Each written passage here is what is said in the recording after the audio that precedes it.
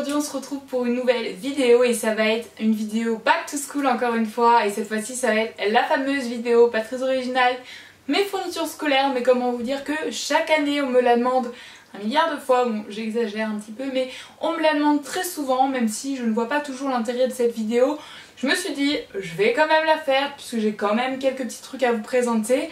Donc du coup c'est parti, j'arrête de parler, je vous présente mes fournitures scolaires. Il faut savoir que cette année je rentre en licence d'histoire, donc à la fac, et ça va être complètement différent. Donc là je filme cette vidéo au mois d'août, mais vous en doutez que j'ai pas une organisation encore précise puisque je ne suis toujours pas rentrée à la fac, ce qui paraît logique.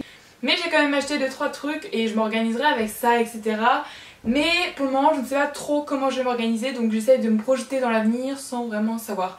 Enfin bref, du coup j'arrête de parler et je vous présente les premières fournitures. Donc d'abord la première chose que j'ai qui est indispensable, c'est mon agenda. Donc chaque année normalement je le décore, je fais des DIY, etc. Mais cette année j'en avais envie d'un tout fait, voilà, c'était un choix personnel.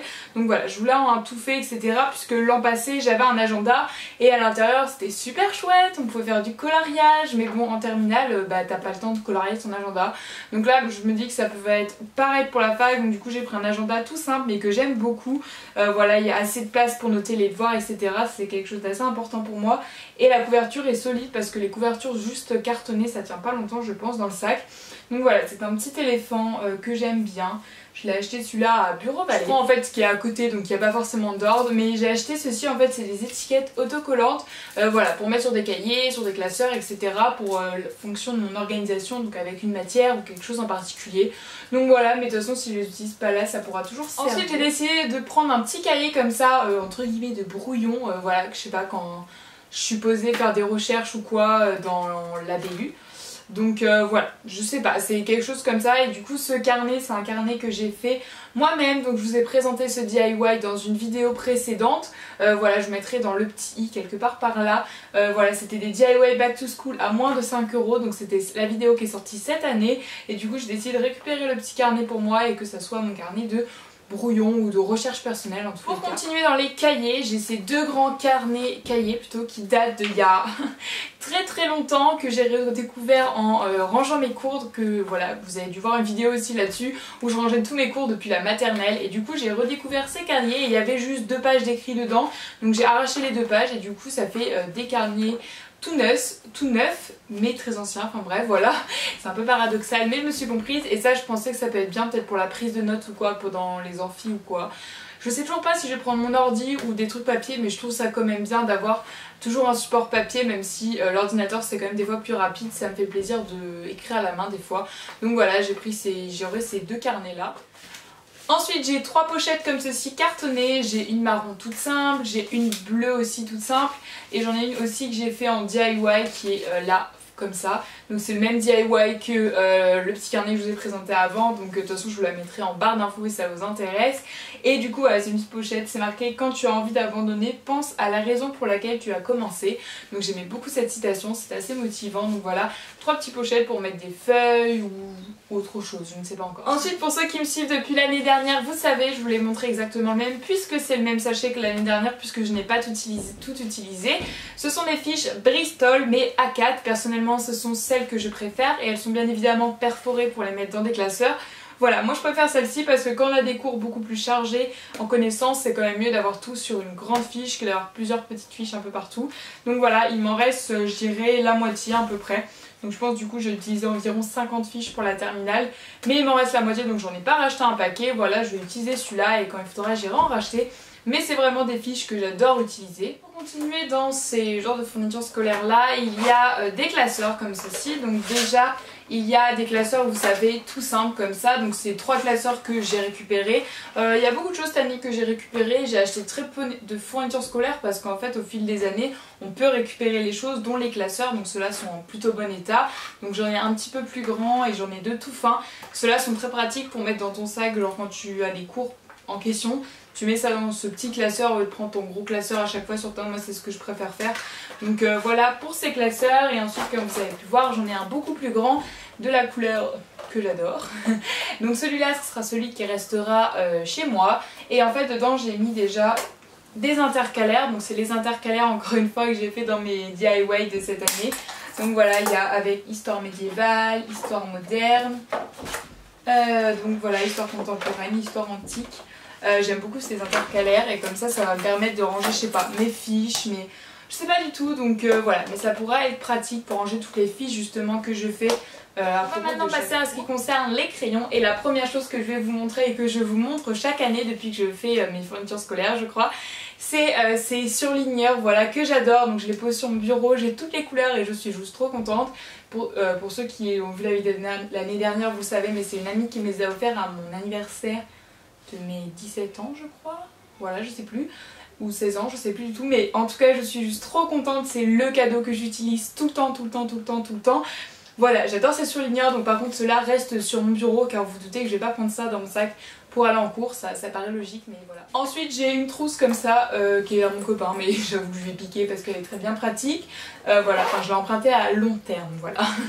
Donc c'est une trousse, donc là elle est vide parce qu'en fait pour le moment les crayons de couleur et les crayons feutres que je mettrai dedans sont tout simplement dans des petits pots comme ça, puisque là je suis en vacances scolaires et donc quand c'est comme ça je vide mes trousses et je mets plutôt des pots sur mon bureau pour les utiliser. Donc j'ai un pot avec une petite plume et encore des plumes, sauf que ça c'est une tasse mais j'utilise comme pot à crayon. Donc parce que là c'est un peu lourd. D'un côté j'ai tout ce qui est crayon de couleur, donc tous ces crayons de couleur qu'il y a là-dedans, ce sont des crayons qui viennent de chez Action, puisque c'est les crayons de couleur que j'adore utiliser, je crois que j'ai toutes les couleurs presque.